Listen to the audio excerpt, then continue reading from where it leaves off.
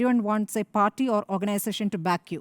അപ്പോൾ പുറത്തേക്ക് പോയാലും ഇൻഡിപെൻഡൻ്റ് ആയി നിൽക്കണമെന്നൊരു വശത്ത് പറയുന്നു, അതോടൊപ്പം തന്നെ ഒരു ബാക്കിംഗ് വേണമെന്ന് പറയുകയും അല്ല, ഇൻഡിപെൻഡൻ്റ് ആയിട്ട് നിൽക്കാൻ കഴിയില്ല. കാരണം വെച്ചാൽ ഇന്നത്തെ കാലത്ത് എന്തെങ്കിലും ഒരു ഓർഗനൈസേഷണൽ ബാക്കിംഗ് ഇല്ലാതെ ആർക്കും അങ്ങനെ സ്വതന്ത്രമായിട്ടൊരു പാർട്ടിയിൽ നിന്ന് നിൽക്കാൻ കഴിയില്ല. അപ്പോൾ എന്താണ് അദ്ദേഹം ഉദ്ദേശിക്കുന്നത്? പുതിയ പാർട്ടി അല്ലെങ്കിൽ സാധ്യതകളൊക്കെ ഓപ്പൺ ചെയ്തിരുന്നു, എല്ലാം തുറന്നിടുകയാണ്. അപ്പോൾ ആ തുറന്നിട്ടുകൊണ്ട് ഏത് സമയത്താണ് നേരത്തെ പറഞ്ഞ പോലെ ഒരു തെരഞ്ഞെടുപ്പുമായി ബന്ധപ്പെട്ട് തദ്ദേശ തെരഞ്ഞെടുപ്പിലേക്ക് പോകുമ്പോൾ എല്ലാ എംപിമാരും, കേരളത്തിലെ എംപിമാരൊക്കെ തദ്ദേശ തെരഞ്ഞെടുപ്പിന് അതാത് അവരുടെ മണ്ഡലങ്ങളിലൊക്കെ വേണ്ട കാര്യങ്ങളും യോഗങ്ങളൊക്കെ ചേർന്നുകൊണ്ടിരിക്കുകയാണ്.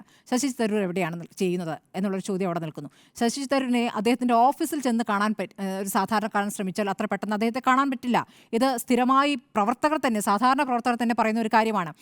അദ്ദേഹം ആക്സസിബിളായ നേതാവല്ല എന്ന്. അപ്പോൾ എങ്ങനെയാണ് അദ്ദേഹം എല്ലാവർക്കും സ്വീകാര്യനാണ് എന്ന് അദ്ദേഹം കരുതുന്നത്? അദ്ദേഹത്തിൻ്റെ പ്രസംഗങ്ങൾ തീർച്ചയായും എല്ലാവർക്കും നല്ല താല്പര്യം തോന്നുന്ന പ്രസംഗങ്ങളാണ്. അദ്ദേഹത്തിൻ്റെ പുസ്തകം, അദ്ദേഹത്തിൻ്റെ സംസാരം, അദ്ദേഹം സുന്ദരനാണ് എന്നുള്ളതും അദ്ദേഹത്തിന് വോട്ടർമാരെ ഉണ്ടാക്കി കൊടുത്തിട്ടുണ്ട്. ഇതൊക്കെ ശരി തന്നെയാണ്.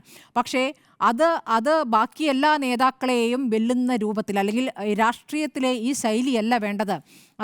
ഇപ്പോൾ ഭരിക്കുന്നവരെ കൂടി പുകഴ്ത്തിക്കൊണ്ടുള്ള പുതിയ ശൈലിക്കാണ് ഇനി സാധ്യത. അതാണ് പുതിയ രാഷ്ട്രീയ സംസ്കാരം എന്നൊക്കെ അദ്ദേഹം എവിടെയോ വെച്ച് വിചാരിക്കുകയാണ്.